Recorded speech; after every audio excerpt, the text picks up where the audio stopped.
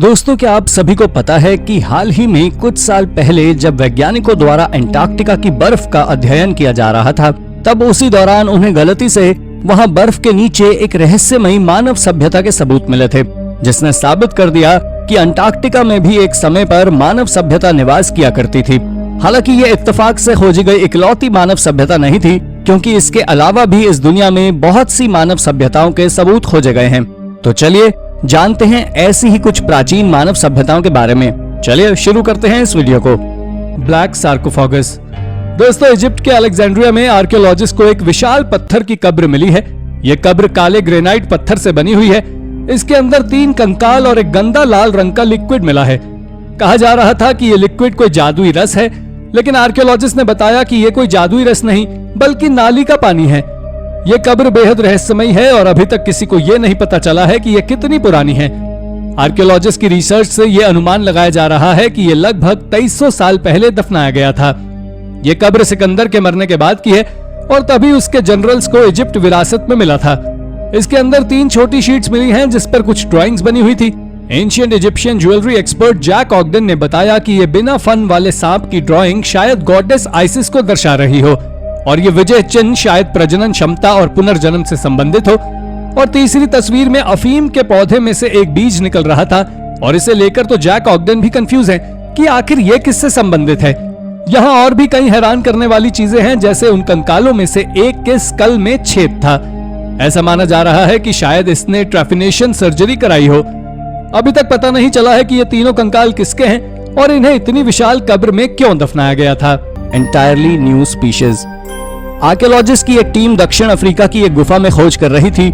उसी दौरान उन्हें गलती से वहां कुछ ऐसा मिला जिसके होने के बारे में पहले सोचा नहीं गया था। उन्होंने देखा कि वहां एक पूरा सिविलाइजेशन हुआ करता था और इंसान की कोई अलग और विचित्र स्पीशी वहां पाई जाती थी।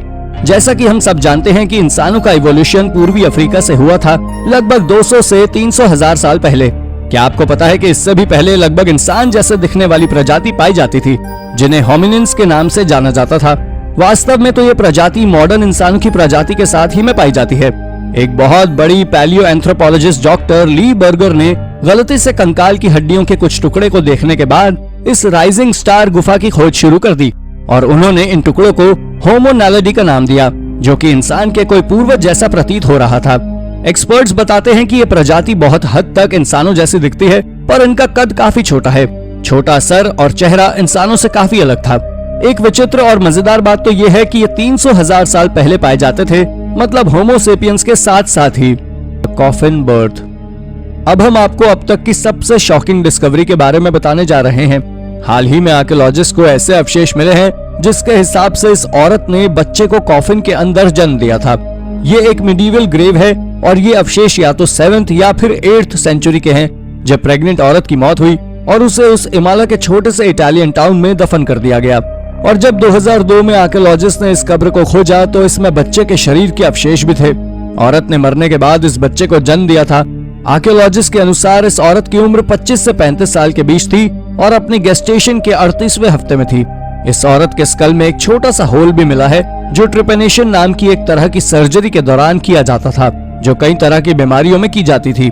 आर्कियोलॉजिस्ट का कहना है या तो इस औरत की मौत सर्जरी की वजह से हुई होगी या फिर उस बीमारी से जिसकी वजह से ये सर्जरी की गई थी। The किलाउडी civilisation.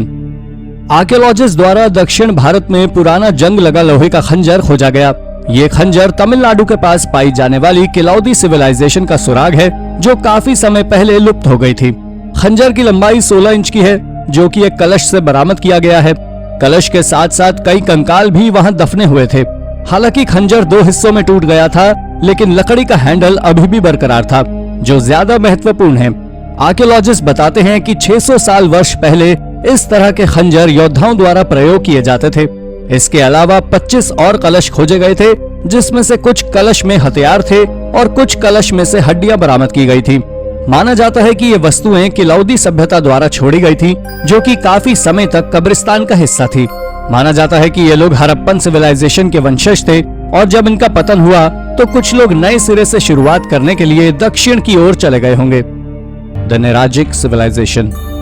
अगर हमें इस सिविलाइजेशन के बारे में कुछ भी पता चलता है तो ये कोई बहुत बड़ा चमत्कार ही है, क्योंकि कोई भी सुराग नहीं छूटे थे इस सभ्यता के बाद और जो भी सबूत मिले हैं वो भी गलती से। हालांकि हम नहीं जानते कि उस समय के लोग खुद को क्या बुलाया करते थे, वो कैसे रहते थे और वो विश्वास किस पर करते थे। लेकिन प्राचीन समय के दूसरे सिविलाइजेशन के लोगों द्वारा लिखी गई टेस्टिमोनी से हम सिर्फ इतना ही जान पाए हैं कि नेराजिक सिविलाइजेशन असल में कोई सभ्यता थी। कई लोगों द्वारा माना जाता है कि आज जो सार्डिनिया है उसमें नेराजिक सिविलाइजेशन समृद्ध हुई थी। रोमन द्वारा एक लिखित गवाही से पता चलता है कि नेराजिक सिविलाइजेशन कई सैकड़ों साल पहले ही नष्ट हो गया था। जब रोमन का साम्राज्य वहां तक पहुंचा तब तक वहां नेराजिक सिविलाइजेशन जैसी कोई भी सभ्यता नहीं थी। पर यह किसी को नहीं पता कि यह सभ्यता किसी आइलैंड पर थी या कोई अन्य जमीन पर, जिस कारण ये आज भी बहुत से लोगों के लिए एक रहस्य बनी हुई है। Cradle of civilisation.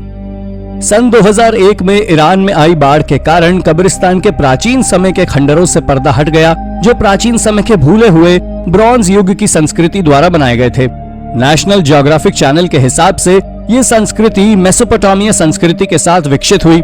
हालांकि इन खंडरों की खोज गलती से हुई थी और 2001 में प्राचीन रहस्यमय वस्तुओं को लोकल एंटिक्विटीज मार्केट्स के द्वारा ऑनलाइन दर्शाया गया था, जिसमें हथियार, मिट्टी के पात्र, पानी पीने के पात्र, गहने और बोर्ड गेम्स भी शामिल थे, जो कि असामान्य चित्रों से सजे हुए थे और ये आर्कियोलॉजिस्ट की समझ से भी परे था।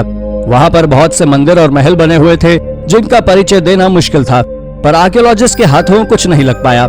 बाद में 2002 में पुलिस द्वारा पता लगाया गया कि स्थानीय लोगों द्वारा खंडहर में मौजूद कीमती मूर्तियों को पहले ही चुरा लिया गया था और उन्हें तेहरान के बाहर दुनिया भर के अमीर लोगों को बेचा गया।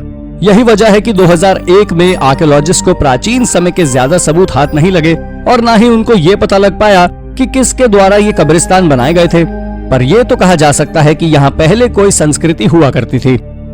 उरार्टू कासल। पूर्वी टर्की में एक अभियान के दौरान वैज्ञानिकों द्वारा गलती से एक प्राचीन महल के कुछ अवशेष खोजे गए, जो कि लगभग 8200 फीट की ऊंचाई पर एक पहाड़ पर स्थित थे। और क्या आपको पता है कि इस खोज के बाद आर्कियोलॉजिस्ट भी दंग रह गए जब उन्होंने प्राचीन दीवारों को देखा कि वहां पर चीनी मिट्टी के बने पात्र के कुछ टुकड़े भी मौजूद थे, जहां से महल थोड़ी दूरी पर स्थित था, जिसमें नींव के अलावा कुछ और मौजूद नहीं था। माना जाता है कि यह महल 2800 साल पुराना है और यहाँ पर उरार्टू सिविलाइजेशन का कब्जा हुआ करता था। यह सभ्यता उरार्टू के साम्राज्य और वैन के साम्राज्य के नाम से जानी जाती थी। माना जाता है कि इनका एक्सपीडिशन बिगफुट। हाल ही में एक अभियान के दौरान एक जंगल में अमेरिका का सबसे बड़ा राक्षस के होने के सबूत मिले हैं। जब एक्सप्लोरर रसल एकॉर्ड ओरेगन के जंगलों में एक प्रिमेटोलॉजिस्ट और एक कंप्यूटर इक्विपमेंट के साथ वहां उस राक्षस के होने के सबूत खोजने गए, तो उन्हें वहां बड़े बड़े पैरों के निशान मिले और कई घोंसले बनाने की जगहें भी मिली। साथ ही वहां रात के समय कई अजीब सी आवाजें भी सुनाई दे रही थी। उन्होंने इस जगह के 90,000 एकड़ को एक्सप्लोर कर लिया, जिसमें उन्हें 3 हफ्ते लगे। बिगफुट एक विशाल बंदर जैसा प्राणी है जो शायद विलुप्त हो चुके किसी गाइगेंटोपिथेकस की तरह हो, जो लगभग 10 फीट लंबा और जिसका वजन 272 किलोग्राम था। मशहूर चिंपैंजी एक्सपर्ट जेन गूडॉल ने भी कहा इस प्राणी के होने की संभावना तो है, पर अफसोस इस अभियान में एक्सप्लोरर्स को कुछ भी नहीं मिला। लेकिन वो दोबारा केंटकी में इसे खोजने गए और उन्हें वहां इसके कुछ सबूत भी मिले हैं, जैसे बड़े पैरों के निशान और एक लकड़ी के घोंसले जैसा कुछ, जिसे देखकर ऐसा लग रहा था जैसे इसे किसी विशाल बंदर ने बनाया हो। पर यहाँ भी जीवन काल भी काफी छोटा था। ये सभ्यता 860 बीसी में आई थी और लगभग 590 बीसी में लुप्त हो गई थी। खैर, आज तक कोई नहीं जानता कि ये सभ्यता कैसे लुप्त हुई थी। The land of punt. Punt की ये जमीन आर्कियोलॉजिस्ट के लिए लगभग 150 साल से रहस्यमय बनी हुई है। हालांकि इसके बारे में ज्यादा लोगों को जानकारी तो नहीं है, पर यह अटलांटिस के समान काफी रहस्यों से भरी हुई है। हाल ही में कुछ सालों पहले आर्कियोलॉजिस्ट द्वारा ममीफाइड बबून्स को तराशा गया और उनके द्वारा नक्शे पर खोजा गया। तब उन्होंने पाया कि असल में ये ममीफाइड बबून्स इजिप्ट में पाए जाते हैं, लेकिन इनका डीएनए वास्तव में विदेशी भूमि से आया था, जो कि पंट के नाम से जानी जाती है। हालांकि इतिहासकार इस भूमि के बारे में जानते थे, क्योंकि इसका उल्लेख प्राचीन मिस्र में लिखा गया था और उन्होंने इसे महान धन और शक्ति के एक आकर्षक स्थान बताया था। और बबून्स की बात करें तो ये प्राचीन मिस्र में पूजे जाते थे और कभी कभी उनका बलिदान करके उन्हें ममी में बदल दिया जाता था। हालांकि इन प्राचीन लेखों में मिले विवरण के अलावा अभी तक ऐसी कोई सभ्यता के सबूत नहीं पाए गए हैं। The Charlemagne chessmen. दोस्तों, द चार्ल मैग्नी चेसमैन 11वीं सेंचुरी के आइवरी चेस पीसेस हैं। फ्रांस के पेरिस में मौजूद इस चेस में ओरिजिनली 30 पीसेस थे, लेकिन फ्रेंच रेवोल्यूशन के बाद सिर्फ 16 ही ठीक कंडीशन में बचे हैं। ल्यूइस चेसमैन के अलावा ये मिडिवल पीरियड के सबसे सिग्निफिकेंट चेस सेट के रूप में कंसिडर किए जाते हैं। एक्सपर्ट्स के अनुसार ये चेसमैन कैलिफन राशिद की तरफ से शार्ल मैग्न को एक तोहफे की तरह दिया गया था। इस चेसमैन पर 8 कार्विंग्स हैं और ये लगभग 6 इंच का है, जिसमें किंग का वजन लगभग 2.5 पाउंड है। इनमें से कुछ पर अभी भी रेड पेंट लगा हुआ है। मॉडर्न चेस में हम जिसे बिशप कहते हैं, वो 4 हाथियों के जैसा दिखने वाला ये स्ट्रक्चर काफी नोटिसेबल है और इनमें मौजूद ह्यूमन फिगर्स ने नॉर्मल स्टाइल के अटायर पहने हुए हैं, जिसमें कुछ यूरोपियन, अरेबिक, इस्लामिक और बाइजेंटाइन आर्टिस्टिक इन्फ्लुएंसेस दिखाई दे रहे हैं। ये आर्टिफैक्ट मॉडर्न चेस को भी कुछ हद तक डिफाइन कर रहा था। इन चेसमैन के साथ एक और लार्ज एलिफेंट भी शामिल है, जिसे एलिफेंट ऑफ शार्ल मैग्न कहा जाता है। पर इस एलिफेंट पीस का इस चेस गेम में क्या काम है, ये तो किसी को नहीं पता है। Badlands guardian. दोस्तों, बैडलैंड्स कनाडा के अल्बर्टा के साउथ ईस्ट बॉर्डर पर स्थित है। बैडलैंड्स एक डेजर्ट एरिया है और कनाडा का सबसे अनोखा हिस्सा है। साल 2005 में लिन हिककॉक्स नाम के व्यक्ति ने गूगल अर्थ के जरिए कुछ ऐसा खोज निकाला जिससे साइंटिस्ट भी हैरान हैं। उन्होंने एक आदमी की नक्काशी को खोजा जो सिर पर एक टोपी पहने था और पश्चिम की ओर मुंह किए हुआ था, पर इसे सिर्फ आसमान से ही देखा जा सकता था और जब बैडलैंड्स में देखा गया तो वहां ऐसा कुछ भी नहीं था। गूगल के जरिए मिली हजारों रहस्यमयी चीजों में से ये बैडलैंड्स गार्डियन सबसे अद्भुत है। साइंटिस्ट का कहना है कि ये नक्काशी वहां ड्रेनेज की वजह से हुई है। पर क्या ये वाकई सच है? क्योंकि बैडलैंड्स गार्डियन ब्लैकफुट ट्राइब, जिसे सिस्का फर्स्ट नेशन पीपल के नाम से भी जाना जाता था, उनका घर बना हुआ था। यूरोपियंस के वहां आने से पहले ये लोग सदियों तक वहां रहते थे और ये बिल्कुल मुमकिन है कि इन्हीं लोगों ने ये नक्काशी की हो। Civilization under the ice. Antarctica की बर्फ के नीचे एक बहुत ही विचित्र और अविश्वसनीय खोज रिसर्चर्स द्वारा की गई, जिसमें उन्होंने दावा किया कि बर्फ के नीचे एक ऐसे शहर की खोज की गई जो कि बहुत समय पहले लुप्त हो चुका था। वैज्ञानिकों का कहना है कि वर्तमान में एंटार्क्टिका महाद्वीप की बर्फ में केवल वैज्ञानिक ही रहा करते हैं, लेकिन एक सिद्धांत के दावे के अनुसार प्राचीन लोग न केवल एक बार एंटार्क्टिका में रहा करते थे, बल्कि वहां पर एक पूरी सभ्यता मौजूद थी। इसी बात को साबित करते हुए एक संकेत सामने आया, जिसमें इंटरनेट खोजी लोगों ने गलती से टुंड्रा से चिपके हुए एक पिरामिड की खोज की थी और एक्सपर्ट्स का कहना है कि ये एक बहुत बड़ा सबूत जो साबित करता है कि यहाँ पर लोगों का निवास हुआ करता था। ये पिरामिड्स काफी बड़े आकार के हैं, जो कि अब बर्फ के नीचे छुपे हुए हैं। कुछ सिद्धांतों के हिसाब से जैसे जैसे अंटार्कटिका की बर्फ जमती जा रही है, वैसे वैसे लोगों ने भूमिगत शहरों का निर्माण करना शुरू कर दिया है। FBI mummy mystery. 2009 में Boston museum of fine arts में कुछ आर्टिफैक्ट्स प्रदर्शित किए गए। ये आर्टिफैक्ट्स लगभग 100 साल पहले देयर एल बर्शा नाम की साइट पर एक टूम से मिले थे। इसमें सबसे ज्यादा ध्यान आकर्षित करने वाला रेलिक्स एक ममीफाइड सीवियर्ड हेड था, लेकिन ये किसका था इसके बारे में किसी को जानकारी नहीं थी। पर आखिरकार FBI ने इस 4000 साल पुराने आदमी के सिर को आइडेंटिफाई कर लिया है। ये मिडिल किंगडम के एक लोकल गवर्नर का था। चूंकि गवर्नर को उसकी वाइफ के साथ दफन किया गया था, इसलिए आर्कियोलॉजिस्ट ये नहीं समझ पा रहे थे कि ये हेड गवर्नर का है या उसकी वाइफ का। फाइनली FBI ने इस हेड से DNA सैंपल लेकर आइडेंटिफाई किया कि ये एक मेल का हेड है। ऐसा पहली बार हुआ था जब किसी इजिप्शियन मम्मी की DNA टेस्टिंग हुई हो, लेकिन यह मम्मी मिस्ट्री अभी पूरी तरह सुलझ नहीं पाई है। Hoard of Roman pewter. सितंबर 2022 में इंग्लैंड के ह्यूस्टन वेस्टर्न सफोल्क में एक होर्ड मिला था जो रोमन टाइम पर यूज किए जाने वाले प्यूटर मेटल का बना हुआ था।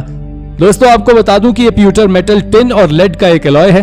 ये होर्ड मेटल डिटेक्टरिस्ट मार्टिन वाइट को एक रैली में खोज करते हुए मिला और कहा जा रहा है कि ये वेसल्स 4th सेंचुरी के हैं। इस होर्ड में एक स्टैक ऑफ प्लेट्स और प्लेटर्स हैं, जिस पर छोटे छोटे बोल्स और एक कप भी है।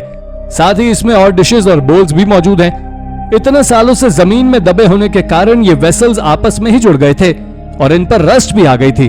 साथ ही ये काफी डेलिकेट भी हो गए थे। सफोल्क आर्कियोलॉजिकल सर्विस के कुछ आर्कियोलॉजिस्ट ने इन्हें बड़ी ही सावधानी से अलग किया था।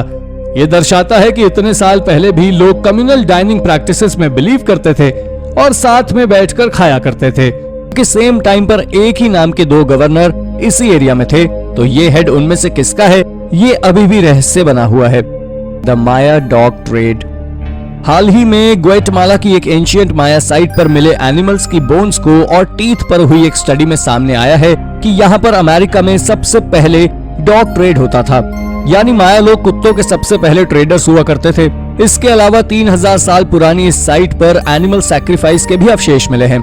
हालांकि एनिमल्स को पालने के सुराख तो करीब 9000 साल पहले से मिलते हैं, लेकिन एशिया और यूरोप के देशों में अमेरिका के लोग तब खेती किया करते थे, यहाँ तक कि इन एनिमल्स की डाइट भी कॉर्न बेस्ड होने के सबूत मिले हैं। आर्कियोलॉजिस्ट का कहना है कि ये लोग इन एनिमल्स का यूज खेती या अपने भोजन के लिए नहीं बल्कि सिर्फ सैक्रिफिशियल यूज के लिए करते थे, यानी मायान्स इन जानवरों को सिर्फ बलि देने के लिए ही पाला करते थे। थियोपैत्रा केव। लगभग 1,30,000 साल पहले थियोपैत्रा केव में ह्यूमंस रहा करते थे। यह आर्कियोलॉजिकल साइट ग्रीस के मेटियोरा में स्थित है। पिछले कुछ सालों में यहाँ कई एक्सकेवेशन कार्य किए गए थे। इन्हीं एक्सकेवेशंस के दौरान मिले एविडेंस के बेसिस पर आर्कियोलॉजिस्ट का कहना है कि मिडिल पैलियोलिथिक से नियोलिथिक एरा के टाइम में यहाँ पर अनइंटरप्टेड ह्यूमन हैबिटेशन हुआ करता था। इस केव में दुनिया की सबसे पुरानी दीवार है। साइंटिस्ट के अकॉर्डिंग ये वॉल 23,000 साल यानी लास्ट ग्लेशियल एज के टाइम बनाई गई थी। शायद इसे अर्ली इनहैबिटेंट ने मिट्टी और क्ले का यूज करके बनाया होगा। ये वॉल सबसे पुराना ह्यूमन मेड स्ट्रक्चर है। Iron age hoard. जर्मनी के श्मेलेनबर्ग में आयरन एज के समय के एक आर्टिफैक्ट्स का ढेर खोजा गया। वॉलबर्ग विल्जनबर्ग केव 300 बीसी के समय की है, जब जर्मनी में आयरन एज प्री रोमन्स का राज था। हालांकि आज इस साइट पर कुछ रेज्ड एम्बैंकमेंट्स और क्रम्बलिंग स्टोन्स के अलावा ज्यादा कुछ नहीं बचा है। 1950 में यहाँ आयरन एज हथियारों का ढेर पाया गया, जिसमें स्पीयर टिप्स, लैंस टिप्स के अलावा कई तलवारें भी थीं। हाल ही में यहाँ पर फिर से घोड़ों की नालें, शील्ड्स और कई अन्य तलवारें पाई गई। यहाँ मिले स्वॉर्ड्स की खास बात यह थी कि ये सभी तलवारें मुड़ी हुई थी। आर्कियोलॉजिस्ट का कहना है कि युद्ध जीतने वाली सेना ने हारने वाली सेना की तलवारें मोड़ दी होंगी और ये मुड़ी और नष्ट तलवारें हारी हुई सेना की कमजोरी को दर्शाती है। लेकिन ये बैटल किन दो ग्रुप्स के बीच हुई थी, इसका कोई हिस्टोरिकल रिकॉर्ड नहीं मिला है। तो ये युद्ध किन दो ग्रुप्स के बीच हुआ, इसे किसने जीता और ये स्वॉर्ड्स किसकी हैं, ये अभी भी एक रहस्य बना हुआ है। Rare medieval knife. स्कॉटलैंड में एक मेटल डिटेक्टरिस्ट ने मेडिवल एरा की एक नाइफ खोज निकाली। ये नाइफ अभी भी अपनी ओरिजिनल शीथ में थी। क्रेग जॉनस्टन जब एडिनबर्ग के जंगलों में घूम रहे थे तब उन्हें ये नाइफ मिला। काफी रिसर्च के बाद उन्हें पता चला कि जिस जगह उन्हें ये मेडिवल नाइफ मिला था वो 1666 में हुई एक बैटल के किए एस्केप रोड का था। ये battle Scottish cape made of bird feathers. दोस्तों, एक केप 6 फीट का है और हजारों बर्ड फेदर्स से बना हुआ है। इन फेदर्स को एक पतली रस्सी की मदद से एक साथ बांधा गया है और कहा जा रहा है कि ये केप ट्यूपिन नाम्बा के फेदर से बनी हुई है। स्कॉलर्स बताते हैं कि ये 17वीं सेंचुरी में ब्राजील के इंडिजीनियस पीपल द्वारा बनाई गई हो सकती है और इसमें फेदर के साथ साथ शायद कुछ वेजिटेबल फाइबर्स भी यूज किए गए हैं। आज के समय में इस तरह के सिर्फ 11 केप ही मौजूद हैं जो 16th और 17th सेंचुरी के हैं और ये सारे ही यूरोपियन कलेक्शंस में मौजूद हैं। लेकिन ये केप्स ट्यूपी नाम्बा लोगो और उनकी यूरोप आने की जर्नी के बारे में कई इंटरेस्टिंग सवाल उठाते हैं। साथ ही ये सवाल ये भी है कि आखिर ये केप्स क्यों बनाए गए होंगे और इनका क्या काम हो सकता है। उस एरा के कुछ यूरोपियन ऑब्जर्वर्स बताते हैं कि ये फेदर्स ऑब्जेक्ट स्पेशल ओकेजन्स पर पहने जाने वाला एक लग्जरी क्लोथ हुआ करता था। वहीं कुछ ऑब्जर्वर्स का कहना है कि ये केप्स उन लोगों के रिलीजियस बिलीफ से जुड़े हो सकते हैं, जिससे ये टुपिनाम्बा पीपल मानते थे कि ये बर्ड्स इस मटेरियल और इममटेरियल वर्ल्ड को एक साथ जोड़ता है और ये इन लोगों को इंसान से ऐसे बर्ड लाइक क्रीचर्स में बदल सकते थे जिनके पास कई सुपरनैचुरल पावर्स भी थी। अब ये सच है या नहीं, ये तो आज तक एक रहस्य ही बना हुआ है। कवेनेंटर्स ने छेड़ी थी जिन्हें चार्ल्स II की रिलीजियस पॉलिसीज पसंद नहीं थी, लेकिन बाद में इन रिबेल कवेनेंटर्स को मुंह की खानी पड़ी और बैटलफील्ड से भागना पड़ा और उसी दौरान इस एस्केप रूट में किसी रिबेल कवेनेंटर्स की नाइफ छूट गई होगी। ये नाइफ काफी डेकोरेटेड थी। स्कॉटिश लॉ के हिसाब से अगर किसी मेटल डिटेक्टरिस्ट को कोई आर्टिफैक्ट मिलता है तो उसे वो आर्टिफैक्ट गवर्नमेंट को ही देना होगा। क्रेग ने भी यही किया। Japanese armour. जापान में कंस्ट्रक्शन वर्क के दौरान वर्कर्स को एक 1500 साल पुराना टूम मिला। आर्कियोलॉजिस्ट को इसमें से एक बड़ा सा पत्थर का बना हुआ कॉफिन, कुछ ह्यूमन रिमेन्स और एक आर्मर मिला। सबसे अजीब बात यह थी कि इतने साल पुराना होने के बावजूद आर्मर अच्छी तरह संरक्षित था। आर्कियोलॉजिस्ट के हिसाब से ये सभी अवशेष किसी लोकल चीफटेन के रहे होंगे। ये आर्मर एक तरह की सिंगल ब्रेस्ट प्लेट थी जिसे टैंको कहा जाता था। हिस्टोरियंस का कहना है कि ये आर्मर इंपीरियल कोर्ट यामातो की तरफ से इस व्यक्ति को गिफ्ट में मिला होगा। उनका अनुमान है कि ये टूम जिस भी व्यक्ति के हैं वो जरूर उस समय का पावरफुल लीडर रहा होगा जो इंपीरियल कोर्ट को डायरेक्टाइज करता था। ये ग्रेव जापान के कोफुन पीरियड यानी कि 3rd से 7th सेंचुरी के बीच के समय की है। इस ग्रेव से 20 बरियल एक्सेसरीज मिली हैं जो एरिया में किसी भी रॉक टूम में मिली एक्सेसरीज की तुलना में काफी ज्यादा है। एक्रोटरी द रियल एटलांटिस। सेंटोरिनी के ग्रीक आइलैंड पर मौजूद एक्रोटरी का 3600 साल पुराना प्राचीन शहर जो कि एटलांटिस के वास्तविक जीवन को दर्शाता है। पर क्या आपको पता है कि ये शहर पहले काफी लोगों से भरा रहता था, लेकिन 1650 बीसी में हुए एक ज्वालामुखी विस्फोट के कारण पूरा शहर तहस नहस हो गया और वहां से जीवन पूरी तरह से हट गया। आर्कियोलॉजिस्ट का मानना है कि यहाँ मिनोअन सिविलाइजेशन हुआ करता था, पर ज्वालामुखी से निकलने वाली राख इतनी मोटी थी कि इसने 2 साल तक ग्रह की परिक्रमा लगाई और पूरे धरती के तापमान पर इसका बहुत गहरा प्रभाव पड़ा, जिससे आप अंदाजा लगा सकते हैं कि वहां पर मौजूद सभ्यता पर इस विस्फोट का क्या परिणाम हुआ होगा। हालांकि वहां पर मौजूद राख में विभिन्न प्रकार के आर्टिफैक्ट्स और एक समृद्ध राज्य के कुछ अवशेष पाए गए, जिससे पता चलता है कि वहां पर रहने वाले लोग बहुत ताकतवर और अमीर हुआ करते थे। Tucson artifacts. साल 1924 में चार्ल्स मैनियर और उनके परिवार को एरिज़ोना के पिक्चर रॉक्स के पास 31 लेड की चीजें मिली हैं। इनके बारे में कहा जा रहा था कि इन्हें मेडिटेरेनियन सिविलाइजेशन के लोगों ने बनाया था और ये 1st सेंचुरी में अटलांटिक से अमेरिका आए थे, पर बाद में इस बात को झूठ कह दिया गया था। इन चीजों में कई क्रिश्चियन क्रॉसेस और तलवारें थी, साथ ही कुछ अवशेष थे जिसमें हिब्रू या लैटिन भाषा में कुछ लिखा हुआ था। इनमें सबसे अजीब एक डायनासोर की छोटी सी मूर्ति थी। यहाँ पाई गई तलवारों में से एक पर लिखा था कैललस द अननोन लैंड। चार्ल्स का मानना था ये एरिज़ोना में रहने वाले ट्राइब के हो सकते हैं। इनमें से कई चीजों पर 790 से 900 के बीच के रोमन नंबर्स लिखे हुए थे, जिससे अंदाजा लगाया गया कि ये अवशेष 1000 साल पुराने हैं। अजीब बात यह थी कि वहां इन आर्टिफैक्ट्स के अलावा कुछ भी नहीं था, ना कोई इंसानों के अवशेष, ना ही किसी एंशिएंट शहर के अवशेष। बाद में इन्हें एरिज़ोना स्टेट म्यूजियम द्वारा ले लिया गया और वहां के एक एक्सपर्ट ने इन्हें नकली बता दिया। Ancient Colombian tribes. इंग्लैंड और कोलंबिया से आर्कियोलॉजिस्ट की टीम ने अमेज़न रेन फॉरेस्ट की गहराई में जाकर कुछ ऐसी खोज कर डाली जिसे देखकर वो खुद चौंक गए। उन्होंने देखा कि वहां पर हजारों विचित्र सी तस्वीरें मौजूद हैं, जो लगभग 8 मील की चट्टान पर बने हुए थे। एक्सपर्ट्स बताते हैं कि ये चित्र हिमयुग के समय के हैं और वो एक ऐसी सभ्यता को दर्शाते हैं जो हजारों वर्ष पहले लुप्त हो गई थी। मार्क रॉबिन्सन, जो कि एक रिसर्चर हैं, उनका कहना था कि जंगल में मौजूद कलाकृतियों की अफवाहें थी, लेकिन सामाजिक अशांति ने इस क्षेत्र को सीमा से बाहर कर दिया था। लेकिन फिर टीम ने एकजुट होकर जंगल में जाने का फैसला किया और खुशी की बात यह है कि उनको निराश नहीं होना पड़ा। एक्सपर्ट्स बताते हैं कि रेडियो कार्बन डेटिंग के हिसाब से ये चित्र लगभग 12,500 साल पहले कोलंबिया के अमेज़न जंगल में आने वाले मनुष्य की सबसे पहली संस्कृति द्वारा बनाई गई थी। इन चित्रों के अलावा उन मनुष्यों के बारे में भी कोई और सबूत नहीं पाए गए और न ही कोई जान पाया कि इन्हें क्या कहकर पुकारते थे। Civilizations in space. दोस्तों, आपने ये तो सुना ही होगा कि हमारे रिसर्चर्स अंतरिक्ष में जीवन की खोज कर रहे हैं, पर आपको जानकर हैरानी होगी कि वैज्ञानिकों का दावा है कि उन्होंने अपनी आकाश गंगा में प्राचीन सभ्यता की खोज कर ली है। एस्ट्रोनॉमी और स्टैटिस्टिकल मॉडलिंग का उपयोग करके कैलटेक के वैज्ञानिकों की टीम द्वारा हमारी आकाश गंगा में जीवन का संभव मॉडल बनाने की कोशिश की गई है और उन्हें समझ आया कि अन्य ग्रहों पर जो भी सभ्यताएं मौजूद थी वो पहले ही नष्ट हो चुकी हैं। अध्ययन के लेखकों ने कुछ प्रमुख कारकों जैसे कि हमारे अपने सूर्य और हमारी पृथ्वी जैसी ग्रहों के साथ साथ सुपरनोवा जैसी घातक गांगेय घटनाओं को देखा। फिर उन्होंने इस संभावना में तथ्य किया कि बुद्धिमान जीवन सही परिस्थितियों में विकसित होगा। एक निश्चित समय के बाद उन्नत सभ्यताओं की दुर्भाग्यपूर्ण प्रवृत्ति को अपने आप में जोड़ लिया। ये हमारी आकाश गंगा के गांगेय केंद्र से लगभग 13,000 प्रकाश वर्ष के आसपास सभ्यताओं के उभरने की संभावना को दर्शाता है।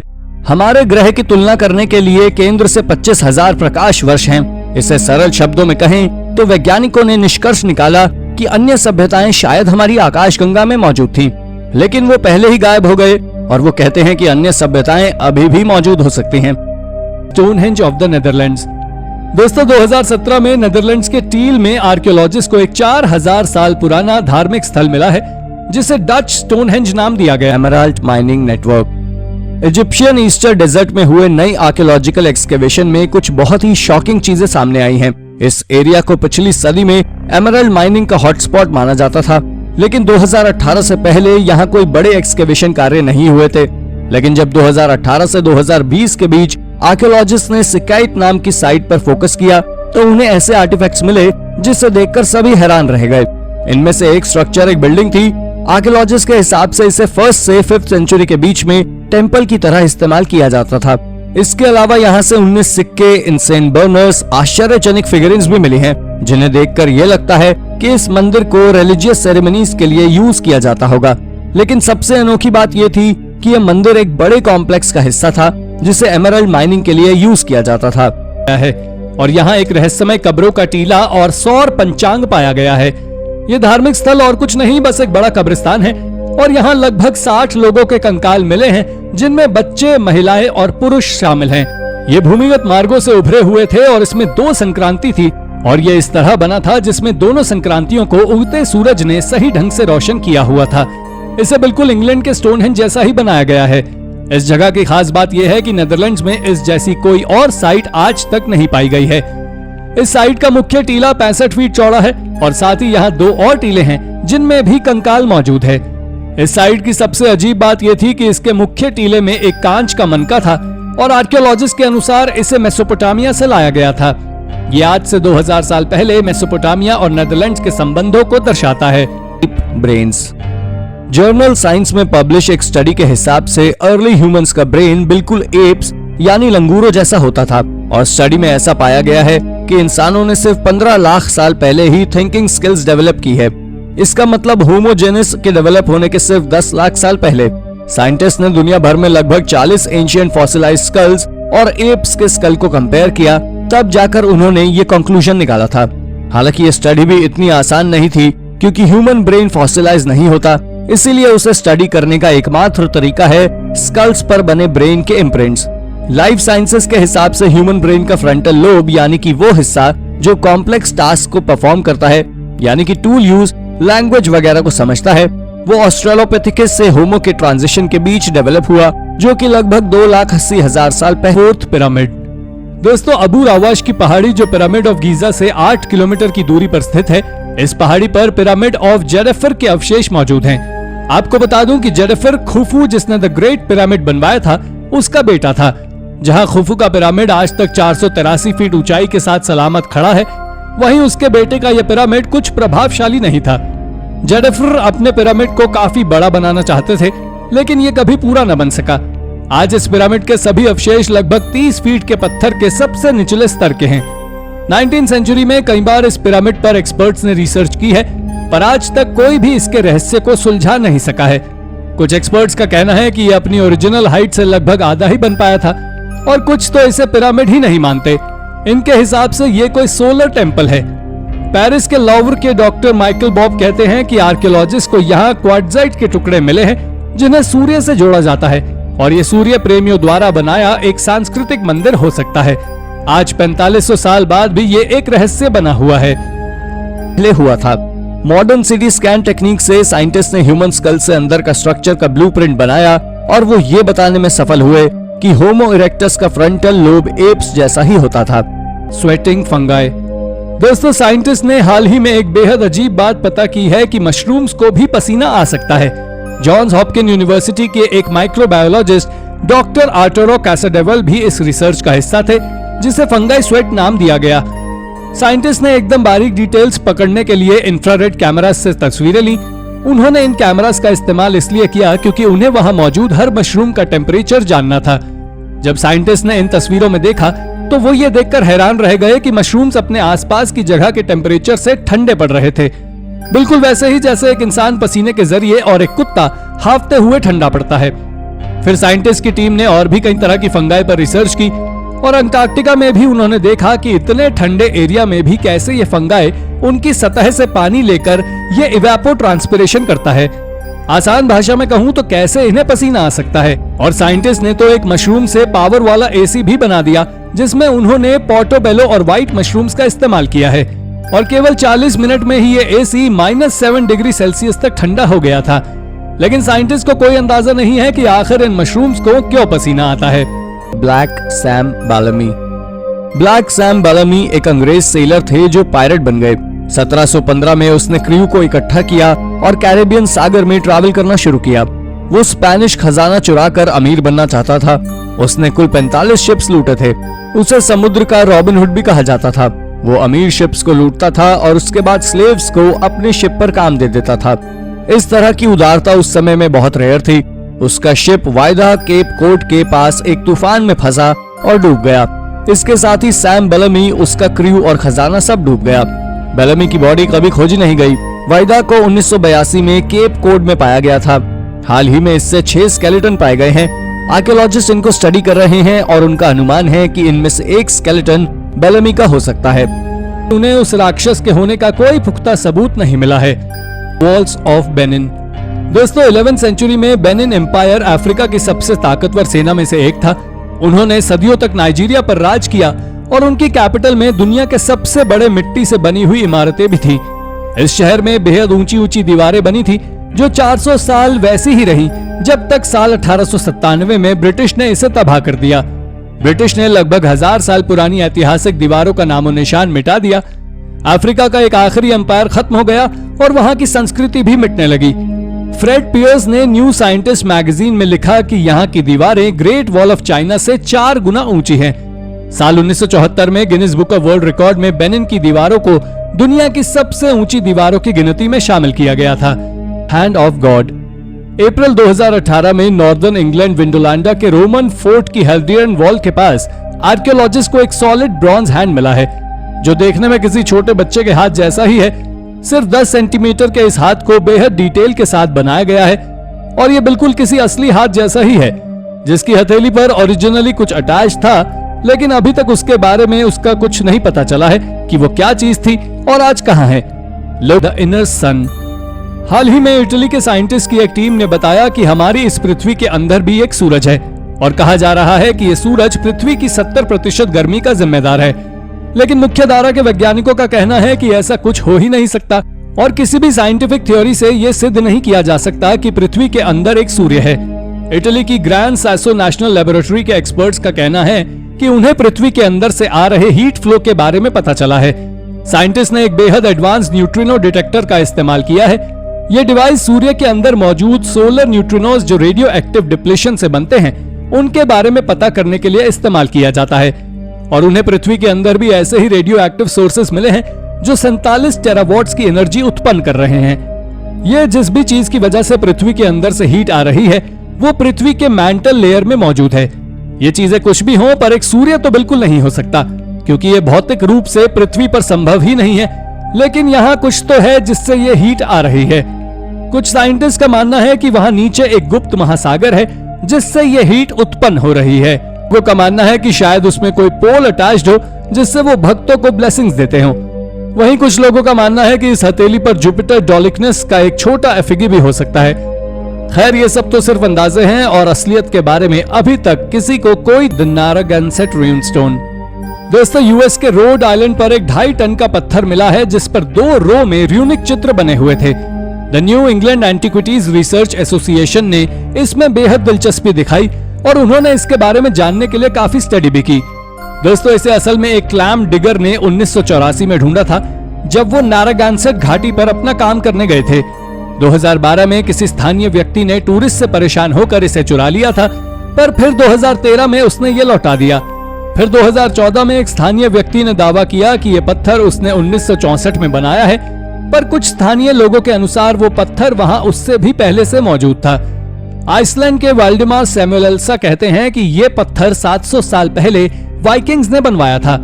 अगर ऐसा है तो ये पत्थर वाइकिंग्स और अमेरिकन्स के बीच संबंधों को दर्शाता है। जानकारी नहीं है।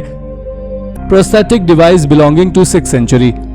दोस्तों, हमबर्ग ऑस्ट्रिया वैसे तो अपने स्टोन चर्चेज और थर्मल हॉट स्प्रिंग्स के लिए जाना जाता है, लेकिन विजिटर्स का मेन अट्रैक्शन वहां मिली आर्कियोलॉजिकल फाइंडिंग्स हैं। इन्हीं फाइंडिंग्स में से एक मिडिवल पीरियड की बरियल साइट से एक रिमार्केबल ग्रेव है जो कि किसी मिडिल एज आदमी का है। इस आदमी के स्केलेटन में उसके लेफ्ट फुट और एंकल को रिप्लेस करता एक प्रोस्थेटिक डिवाइस मिला है।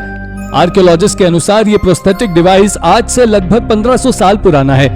समय के साथ ये डीके हो गया है और इसके सबूत के तौर पर सिर्फ एक आयरन रिंग और स्केलेटन के लेफ्ट पैर पर इस डीके के निशान ही बस मौजूद हैं। इसके अलावा कुछ इजिप्शियन ममीज और कुछ रोमन ग्रेव्स भी इसी तरह के एग्जाम्पल हमारे सामने रखते हैं। इससे हम अंदाजा लगा सकते हैं कि इंसान हजारों सालों से इन प्रोस्थेटिक डिवाइसेस का इस्तेमाल करते आ रहे हैं। Guilt brown shoes. दोस्तों, जब हम किसी चीज पर सोने का पानी चढ़ाते हैं तो उस चीज की वैल्यू तो बढ़ ही जाती है, साथ ही साथ उसे पहनने के बाद हम भी इम्पोर्टेंट फील करने लगते हैं। साउथ कोरिया के एक राजा ने तो अपने जूतों पर ही ये सोने का पानी चढ़वा लिया था। साउथ कोरिया के नाजू में खुदाई के वक्त अक्टूबर 2014 में आर्कियोलॉजिस्ट को एक चैम्बर टोम में ये गिल्ट ब्राउन शूज मिले। ये टूम किसका है ये तो किसी को नहीं पता, लेकिन आर्कियोलॉजिस्ट कहते हैं कि ये बाकजी किंगडम पीरियड का हो सकता है। इन शूज पर सोने का पानी होने के साथ ही इनमें कुछ ड्रैगन्स, लोटस और गॉब्लिन जैसे डिजाइन्स बने हुए हैं। इन शूज के साथ ही उस टूम में earrings, ceramics, stone pillow, harness और कई एरो हेड्स भी मिले हैं। खैर ये शूज देखने में तो काफी अट्रैक्टिव हैं, बट जरा सोचिए कि क्या सच में किसी ने इन्हें पहना होगा। The wound man. दोस्तों, द वाउंड मैन एक फेमस सर्जिकल डायग्राम है जो कि 14th और 15th सेंचुरी की यूरोपियन मेडिकल मैन्युस्क्रिप्ट से ओरिजिनेटेड है। ये डायग्राम तब और भी फेमस हो गया जब वेनेटियन फैसिकुलस मेडिसिन ने अपनी बुक्स में इसको प्रिंट करवाया। वेनेटियन फैसिकुलस मेडिसिन को आप यूरोप की फर्स्ट मेडिकल इंसाइक्लोपीडिया कह सकते हैं, जो साल 1491 में फीचर हुई थी। ये डायग्राम रीडर्स के लिए एक विजुअल गाइड तैयार करता है जो कि अलग अलग इंजरीज और डिजीजेस को दर्शाता है, और साथ ही इनके साथ लिखे टेक्स्ट में इन इंजरीज और डिजीजेस को क्योर करने का तरीका भी बताया गया है। ये डायग्राम 17th सेंचुरी तक ऐसे ही बुक्स में प्रिंट होता रहा और लोग इस पॉपुलर फिगर को पहचानने लगे।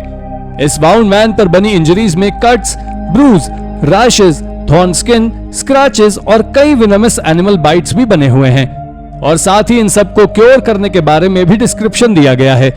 इस तरह की चीजों से हम ये अनुमान तो लगा ही सकते हैं कि प्राचीन समय में मेडिकल प्रैक्टिसेस के बारे में लोगों को कितनी जानकारी हुआ करती थी। Remote Viking trading station. जुलाई 2020 में जब एक नॉर्वेगियन आर्कियोलॉजी स्टूडेंट अपने ट्यूटर के साथ एक फील्ड पर गया तो उन्होंने वहां अपनी कंट्री का पहला वाइकिंग ट्रेडिंग स्टेशन डिस्कवर किया। इस प्रीवियसली अननोन स्टेशन से एशिया, फिनलैंड और ब्रिटिश आइल्स के कुछ कॉइन्स, ज्वेलरी, सिल्वर, गोल्ड और आर्टिफैक्ट्स मिले हैं। इसी साइट पर कुछ अरेबिक कॉइन्स भी पाए गए हैं जो बताते हैं कि वाइकिंग्स कितनी दूर दूर तक ट्रेड्स करते थे। नॉर्दर्न नॉर्वे पारंपरिक रूप से वाइकिंग्स का गढ़ तो नहीं था, पर निश्चित रूप से यह उनके लिए 9th सेंचुरी का एक मेजर ट्रेडिंग सेंटर रहा होगा।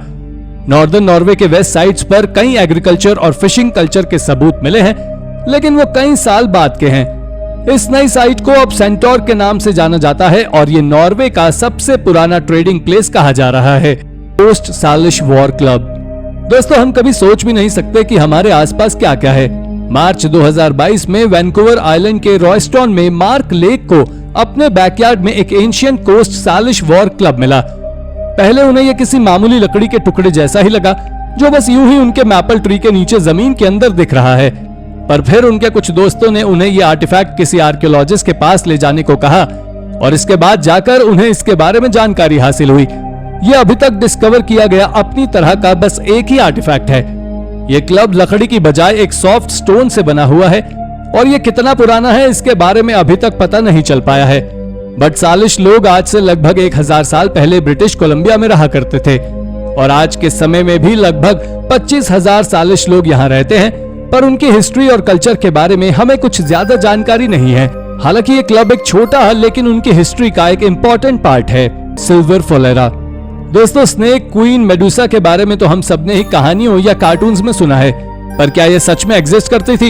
इस सिल्वर फोलेरा ने आर्कियोलॉजिस्ट को भी ये सोचने पर मजबूर कर दिया है। आपको बता दूं कि फोलेरा एक डिस्क शेप्ड ऑर्नामेंट होता है जो रोमन सोल्जर्स अपनी परेड के वक्त पहना करते थे। इस सिल्वर फोलेरा पर मेडुसा का सिर जैसे बना है और इस पर्टिकुलर फोलेरा पर मेडुसा की बड़ी डरावनी आंखें साफ दिख रही हैं। इस आर्कियोलॉजिकल फाइंड ने विंडोलांडा की ऑलरेडी रिच आर्टिफैक्ट डिस्कवरीज को और भी शानदार बना दिया है। सिल्वर फोलेरा के साथ ही आर्कियोलॉजिस्ट ने पुरानी मिलिट्री लाइफ के एविडेंस भी खोजे हैं। साथ ही इन्हें तलवार, कमाल की पॉटरी, एक बीड, बो, ब्राउच, एक मयान और बेहतरीन ढंग से प्रिजर्व वुडन बाथ क्लॉक भी मिला है।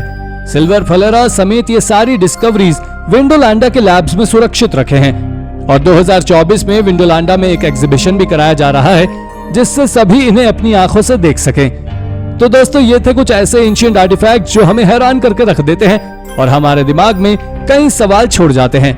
दोस्तों, अगर वीडियो पसंद आया हो तो इसे लाइक और शेयर करें और ऐसे ही इनक्रेडिबल वीडियोस के लिए हमारे चैनल को सब्सक्राइब भी जरूर कीजिएगा। धन्यवाद।